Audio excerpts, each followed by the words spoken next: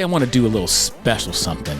And we may actually make this a podcast on its own. But right now, we're going to do a special episode of Ask Dr. Daniels. Today's question for Dr. Daniels, the question is, what do you say if your kid says, I hate you? Woo, that I would say is going to happen probably at some point in your hope life. not. Please don't tell me that. At some point in your life, Sophia may be getting close to it. That would hurt so bad. It does hurt, but you know what? You don't crumble. They don't mean it. They don't mean it. Again, it's part of that push-pull thing with parents, right? Do you remember Dr. Dolittle? There was the push me, pull me. Do you remember that animal? Push me, pull me? No, I remember Dr. Dolittle, the movie with Eddie Murphy, I think. He should have had a push me, pull me in there. I know Really? the really old one with Rex Harrison had a push me, pull me. It was like to push me, but then pull me back, right? What was it? It was just something he said? Yeah, or? no, it was an animal. He had I think he was like a llama, and he had both sides of his head, or both sides of his body had a head. Anyway, it was that push me, pull me, right? Push you away, but pull you closer as kids are growing up and trying to become independent. And, you're going to make decisions for them that they don't like. If you're making all the decisions that they do like, you're probably not being really a good, strong parent. And at some point, they're going to push back. And one of the things is I hate you. I always just said, well, I love you. So it happened to you? Yes. With all three or just... You would have to ask that. I don't remember my youngest Jonah saying it, but that I could just be old. I met him. And He's a redhead, right? Yeah, he's a teacher. It's funny. This is getting off topic, but it's funny how you and Evan were just out there talking and how Evan's just determined he's going to grow taller than you someday. That is Jonah's biggest pushback to his older brother because, he was the youngest, and his older brother and his friends were not always the kindest. He brings up stories all the time. But man, as men, he's about 3 inches taller. So than his older brother? Yeah. He likes that. He does like that. So anyway. So let's walk through. The first time it happened, what happened? I mean, you don't have to tell me the whole situation. Oh, my goodness. I don't even remember the first time because they say it when they're little sometimes. Like, I hate you because, you won't give them a cookie or whatever when they're little. Is it different when they're little like that to when they're like teenagers or older? Does it feel different? My experience is it does feel different because when they say it when they're older, it's, I think maybe it feels a little bit more like a knife in your gut because they are reasoning more so through it. It's not just like, you didn't give me a cookie, I hate you. It's more like, I hate you. So is it different between manslaughter and first-degree murder? I don't know if I'd go that far. With intent, like the idea that first-degree murder is like, I intend to cause harm, where when they're a kid, they're reacting. They're saying stuff, but do you feel like it was more intentional to actually drop a bomb or to stab you to get back at you when they're older? But I would say it's still reactionary. Okay. I think it's reactionary. And I mean, there may be situations out there where, unfortunately families do go through some tough times and as kids get older, maybe they aren't making the greatest choices or whatever and say things that are very hurtful. I just could recommend to parents to, as hard as it is, not take it personally. Again, it's part of the kids, I almost said students again, part of the kids' way of gaining independence. And so what is it that they're saying they hate you for? Is it really you, or is it because you've done something or told them something they didn't want to hear? And I think if you really examined it, it's not you. So it's not personal. And your reaction, or actually I would hope response. Oh, you remember that. Different thing, respond and react. Yeah, I like that. That's a big one for me too, is don't react, try to respond, is to just not let it get to you. And so like I said, I would always respond with, oh, well, I love you. So you're just kind of turning those tables on them. And I love you. Right? So you just made me think of this idea. Like I just wrote this down. Like it might have come from Daniel Tiger's Neighborhood. Like, I work with little kids too. And I remember a song, Stop, Think, and Choose. Stop, think, and choose. Right? Whenever you face a situation, right? And so in this situation, when your daughter told you, I hate you, you had to stop. You had to just take a moment to pause, like the stop, drop, and roll, right? You had to stop, but then you had to think. And it sounded like you processed some things about what's actually going on. You just said it. Was it the situation they had? What was it that they really hate? Is it really you, or is it the situation that's causing this pain, causing the disappointment, causing the hurt to them in their minds? So they're they're reacting on you in that moment. So to think and process what's really going on. Because if we react, then our feelings are hurt and we act out of our feelings, and we can crush them at that moment. Like, we could just, come up with some crazy punishment. We can get physical with them because they hurt us so deeply.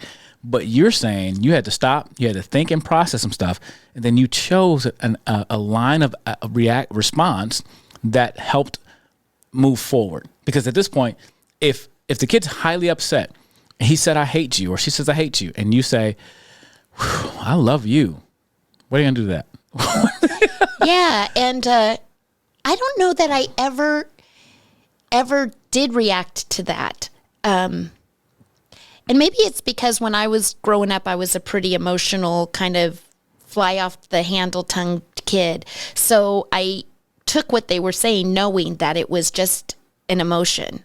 Right. Another thing is I live with my husband, and he doesn't do emotions. He tells me it's just got to be logical. Come on, Terry, be logical.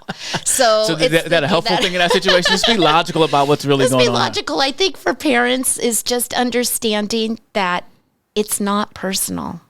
Here's another one I would share, and it probably could go into a different topic podcast, but another thing they can say to you is, you're the meanest dad in the whole world, or you're the meanest mom in the whole world. And I would always say, oh, good, I'm going for the meanest mom of the world award this year, and I'm going to get it. So I am trying to be the meanest mom. So I will tell you that my grandson said something similar to my daughter. And she called me and she said, Mom, I remember that you always used to say to us, you were going for that award, and darn it, you were going to get it this year. But you just kind of throw them off their game a little bit with that. Right. Because you know what? They're reacting. They're trying to hurt you in some way. And you just kind of took back that control. You took the power back. And I think I like the I love you response, because it's true.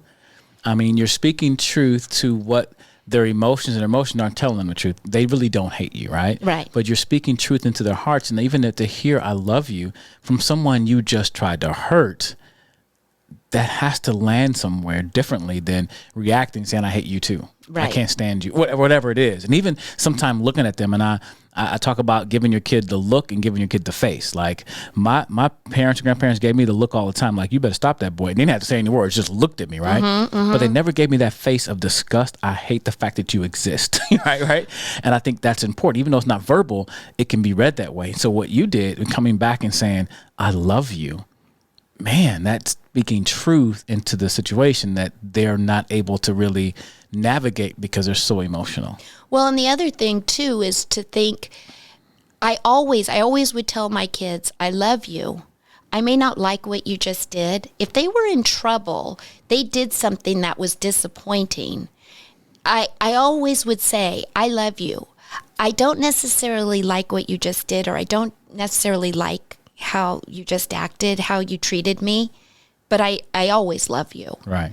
And I think just sending those messages kind of helps affirm to them and build that feeling that, you said everyone wants to be accepted, right? Yeah. Everybody wants to be appreciated.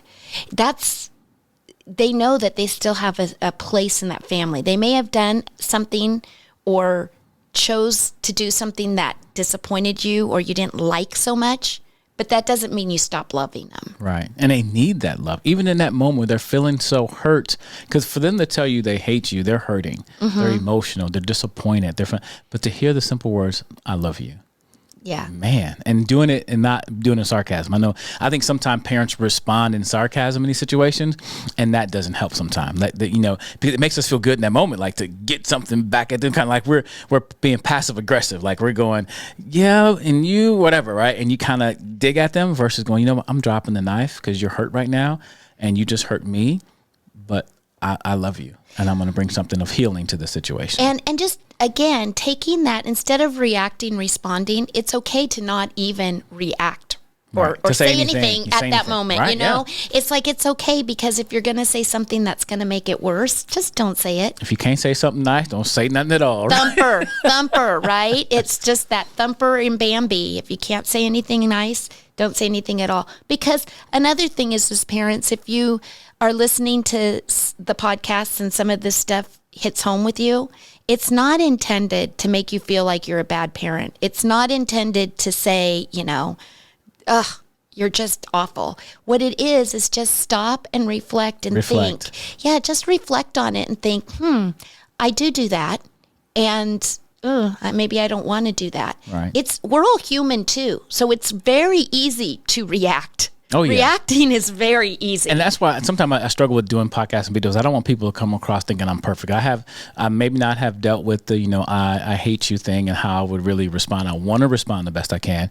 But I remember something simple. I made a video about this recently where one day my daughter had an attitude, so I had an attitude. And I had to come to the grips that I had to be the adult in the room. And it was something simple. Every night we go in our kids' room, and sometimes they draw it out, but we either read a book to them, we sing to them individually, and we pray for them, right? And my daughter had an attitude, and she didn't want me to sing to her. She wanted me to pray with her, and I'm like, well, I don't want to pray with you either. Right. I don't want to talk to God for you because you're mad at me. Like, duh, I have to be the adult. So I sung Evan a song, and prayed for Evan. I'm like, I need to be the adult. And so I had to swallow my pride and say, hey, you don't have to have a song for me tonight, but I'm going to pray for you because I love you. And I pray with us. You want me to pray for you? She's like, yeah. And then when I got done praying, you want a song? Daddy, can you sing me a song? So I had to step in the situation to where she had an attitude. I don't have to have an attitude because she has one. She can be mad at me, rightfully, wrongfully, but I have to step up and do what I need to do. And in that moment, I did not want to. Well, and this goes into the other thing of talking about middle school kids, high school kids. They're going to have an attitude. Yeah. And you've got a pretty independent girl there. Oh, I think you're going to have many more days and nights of attitude. But I have to understand that I need to be the adult in the room and help navigate and do the positive thing the best I can. Even though my feelings may be hurt, even though there's been times where she would, in the middle of the night, call me. She'd be like, Daddy, like something's wrong, right? I get up, come, where's mommy? Like, first of all, you just woke me up. And now you want mommy, right? So I had to get over, okay, I'll get your mom and go back to bed. But, she's going to go through different seasons and phases where she may not want, especially as a girl, may not want daddy to do some things with her bras and underwear and whatever other stuff she's got. And I got to accept that. It's not a rejection of me. She's in a different season. Yep. And I think that's what this is. If a kid says they hate you, is it really a rejection of you? But to stop. Think things through before you react, because do you want to make them worse? Do you want to add gas to the fire? Absolutely. And if you cannot say anything, like if you can't say I love you, then just pause and then don't say anything. Yeah. Let it. And I two thoughts on that. Number one, I would rather you say something. I would not want the last words out of their mouth and what you heard was I hate you. I would rather you say, like you did, I love you. That's the last thing in this conversation is I love you. Mm-hmm. But if you can't bring yourself to say that, don't say anything, because if you may want to say something and go off on them, then choose to walk away. Yeah, and don't take it personal. I think that would be my advice a lot in parenting, is don't take any of this stuff so personally, because deep down, they love you. They do love you. And they're just trying to figure out who they are. And if you're listening to us in the car with them right now, look at them and ask them. You can just look at them. They might smile at you to just acknowledge they love you, Mom. Yeah. They love you, Dad. Yeah, they do. They do. For this podcast, maybe we need to have your kids on one day. Oh, they'd probably love it. Especially your daughter. Sounds like you and your daughter had some battles. Well, I'm going to tell you something about my daughter that is so cute before we get off here. And this is kind of off the wall, but it kind of pulls in. So I have a terrible singing voice. It is known in my house that you don't want to hear me sing. In fact, when I taught high school, that was my threat to the kids. I'm going to sing over the loudspeaker. I'm going to start singing, and they'd be like, no. But I sing everybody for their birthday. I always have to call and sing everyone happy birthday all the way through. My son-in-law loves it. Every year on his birthday when I call, he goes, oh, here it goes. So my daughter, the other day, she has twins who just turned 2. And the other day she walked into their room as they were chattering and getting up, and she started singing happy birthday. And Arik says, stop, Mom, stop. Just stop. You know, he doesn't talk very much, but he's, stop, Mom. She goes, oh, man, Mom, now I know how you feel. Broke her little heart, right? So it sounds like, you know, this code, what goes around comes around. So kids, beware. Like, you may end up getting a kid like you. Yeah, I told you in that other one. Yeah. So plant good seeds. There you go. There you go. Anyway, just parents, hang in there. You've got this. Yep. You've got it. So if your kids say, I hate you, say, respond I love you. And don't react. There you go. Respond with something positive, something encouraging, and don't react. And going back to that role modeling, those are the things your kids will remember as they get older, because I can live that one. You can be right or you can be heard. Mm-hmm. And you can be right by going off on them and tell them all things they're wrong and why you're right situation, or they're going to hear all that. Yeah. Well, thanks for that advice. I'm not looking forward to hearing that from my kids. It's probably going to happen soon, and you're going to call me. I would call you like, she said it, she did it, he did it, but hey, I said I love you. There you go. And remember, it's not you. It's probably what you just said to them or told them they couldn't do. Yeah, it's a situation, and not to take it personal. Yep.